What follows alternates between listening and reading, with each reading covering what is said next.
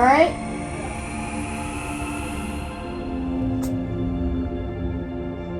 Hi. No, I wasn't working on anything. Don't worry. You're good. You little animal. You're a little animal that I love.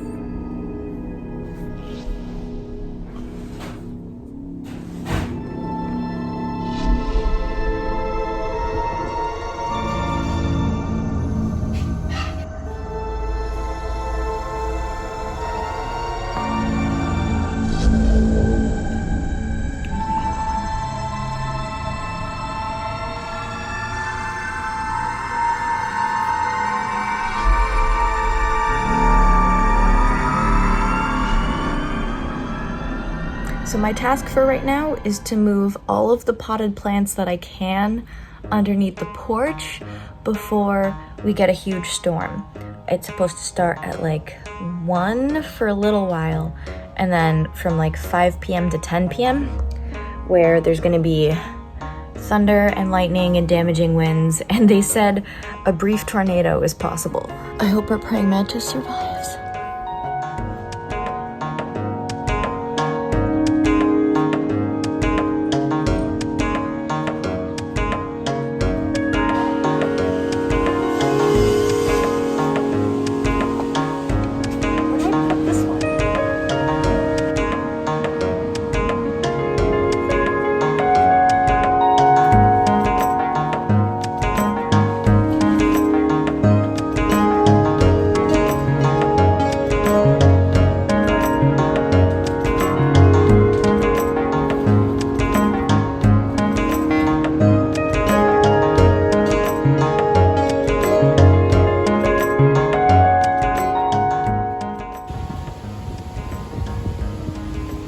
Like a certain energy right before there's a big storm, like something's bubbling underneath the surface,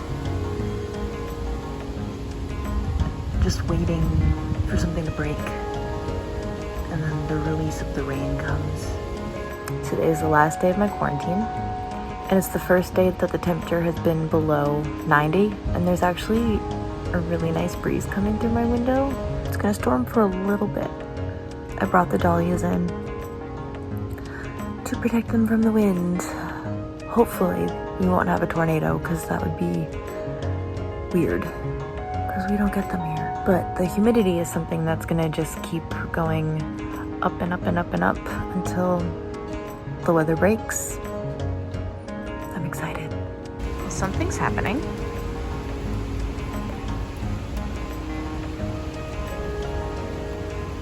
A couple of raindrops. It rained for like 5 minutes and then stopped. And now the humidity is back.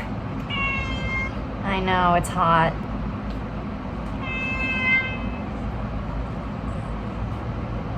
Who's that? Is that a kitty in the video? Wanna sit on the windowsill? Here.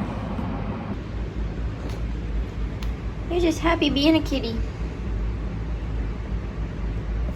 It's so humid, oh my god. My neighbor moved the big plant on the porch and actually scared the living daylights out of me. Colin didn't tell me he was coming over to move the plant, so all of a sudden there was a man on my back porch. But yeah, it looks like we're ready for something to happen. It just needs to happen. Have I ever done a book review on this channel? I can't remember if I have. I don't think I have. I just finished reading The Green Witch. Did I like it?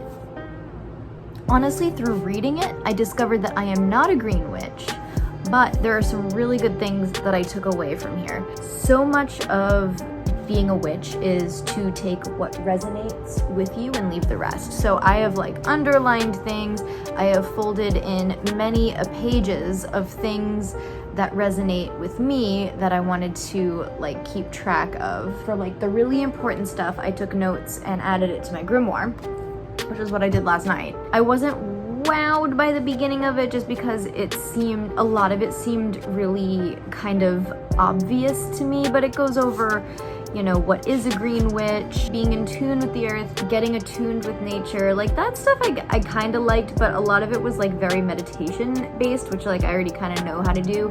And a lot of it was like energy visualization, which it's always good to have a reminder. The middle part for me is where like the meat was, tapping into the energies of flowers and herbs and crystals, which we know I love. If you really have a green thumb, then there's like how to keep a witch garden. And I really liked chapter 7 and chapter 8. Chapter 7 is create and craft green witch magic, where you learn how to bless your creations, make herbal incense, create spell bags, all that kind of thing. There's even a chapter on how to make a broom. And then chapter 8 is becoming a natural healer, where there's like brewing healing teas, essential oils, bath mixes, restorative elixirs, you know, just like cool things that you can do with food grade herbs.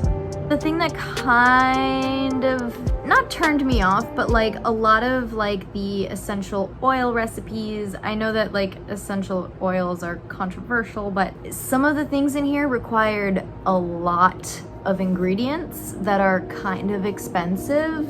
So I put the recipes for really simple, cheap things in my grimoire to like have a record of and have a reference, because a grimoire is basically just like a notebook that has like, it's like a reference guide basically. So I'm taking notes on the books that I'm reading, things that resonate with me, things to try, like marshmallow root tea. We'll give it a shot. I've never had marshmallow root before, and it's like good for things. But yeah, the Green Witch, what I like about it is that like in the back there's an index, and even more impressive is that there's a full-on bibliography of all of the sources.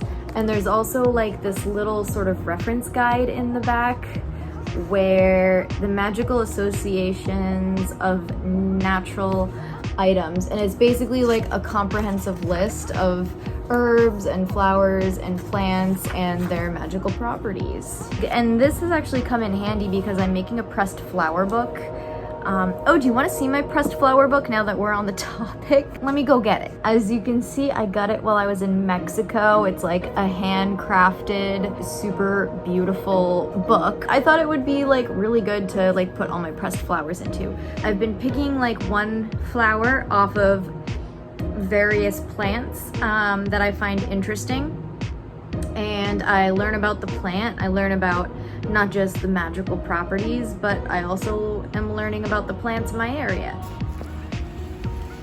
All right, and it's called Plants from Home because it's where I'm from.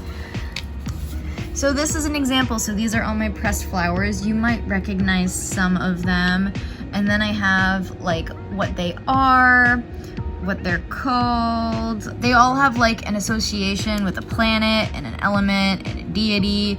And like some of them have like lores and tales behind them, what they've been used for in the past. Here's another one my dandelion came out kind of sad. But yeah, these are just like some of the magical properties of some of these plants. We've got chicory here, that's some sort of ivy thing happening here.